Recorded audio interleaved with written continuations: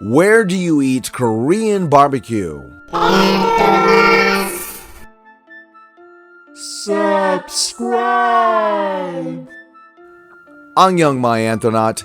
In our last food episode, we learned the importance of kimchi in Korean culture. Now let's cook up some Korean barbecue, shall we? While touring in downtown Seoul, you can develop a huge appetite, and Korean barbecue is the most popular way to satisfy it.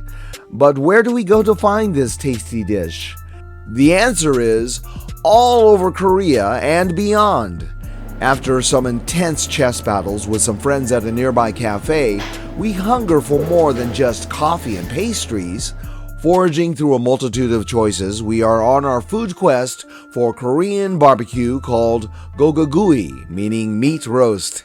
After much deliberation, we find our restaurant where we grab a table complete with its own rotating grill. Our waiter brings us skewered meat, spices, and hot charcoals, where we space our food evenly above the fire. Speaking of fire, the most popular Korean meat is called bulgogi, translating as fire meat. It is thinly sliced, deliciously marinated beef, serving as a great partner for your rice and kimchi. In addition to cow, you may also choose to consume chicken or pork.